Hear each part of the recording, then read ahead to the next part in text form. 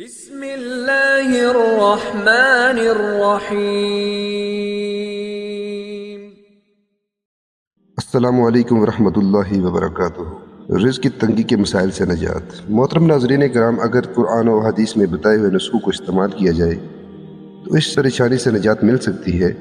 پہلی بات تو یہ ہے کہ یہ یقین رکھیں کہ ہر ذی روح کو رزق پہنچانا اللہ تعالیٰ نے اپنے ذمہ رکھا ہے، چنانچہ ارشاد باری تعالیٰ ہے، یعنی زمین پر چلنے والے ہر جاندار جسے رزق کی ضرورت لاحق ہو اس کو روزی پہنچانا اللہ تعالیٰ نے محض اپنے ذمہ کر لیا ہے۔ نبی کریم صلی اللہ علیہ وآلہ وسلم کا ارشاد ہے کہ روح القدس جبریل علیہ السلام نے میرے دل میں یہ بات ڈال دی ہے کہ بلا شبہ کوئی شخص اس وقت تک نہیں مرتا جب تک وہ اپنا رزق پورا نہیں کر لیتا۔ دیکھو، اللہ تعالیٰ کی نافرمانی سے ڈرتے رہو اور حصول معاش کی صحیح جدوجہد میں نیک روی اور اعتدال اختیار کرو تاکہ تمہارا رزق تم تک جائز اور حلال ذرائع سے پہنچے۔ نیز کہیں ایسا نہ ہو کہ رزق پہنچنے میں تاخیر تمہیں اس بات پر اکسا دے کہ تم گناہوں کے ارتکاب کے ذریعے رزق حاصل کرنے کی کوشش کرنے لگو۔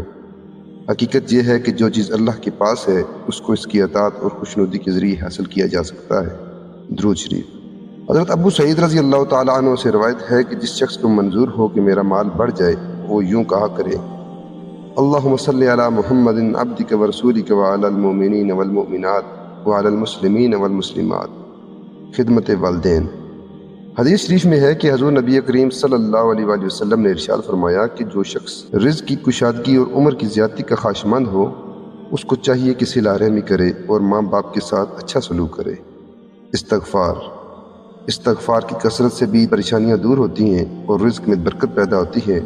چنانچہ حضرت عبداللہ بن عباس رضی اللہ تعالی عنہ سے روایت ہے کہ رسول اللہ صلی اللہ علیہ وآلہ وسلم نے ارشاد فرمایا کہ جو بندہ استغفار کو لازم پکڑے، یعنی اللہ تعالیٰ سے برابر اپنے گناہوں کی معافی مانگتا رہے، تو اللہ تعالیٰ اس کے لیے تنگی اور مشکل سے نکلنے اور راہی پانے کا رستہ بنا دے گا اور اس کی ہر فکر اور ہر پریشانی کو دور کر کے کشادگی اور اطمینان فرمائے گا اور اس کو ان طریقوں سے رزق دے گا جن کو اس کا خیال و گمان بھی نہ ہوگا۔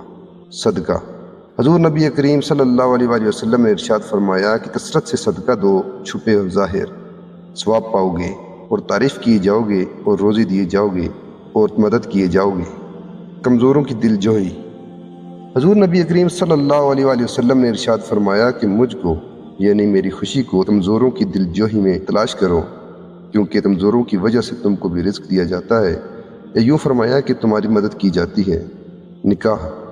حضرت عائشہ رضی اللہ تعالی عنہا سے روایت ہے کہ رسول اللہ صلی اللہ علیہ وآلہ وسلم نے فرمایا کہ عورتوں سے نکاح کرو، وہ تمہارے لیے مال لائیں گی، یعنی کہ ان کے آنے سے اللہ تعالیٰ مال میں برکت دے گا، جہیز لانا مراد نہیں ہے۔ اللہ تبارک و تعالیٰ سے دعا ہے کہ اللہ پاک ہم سب کو بابرکت حلال روزی عطا کرے۔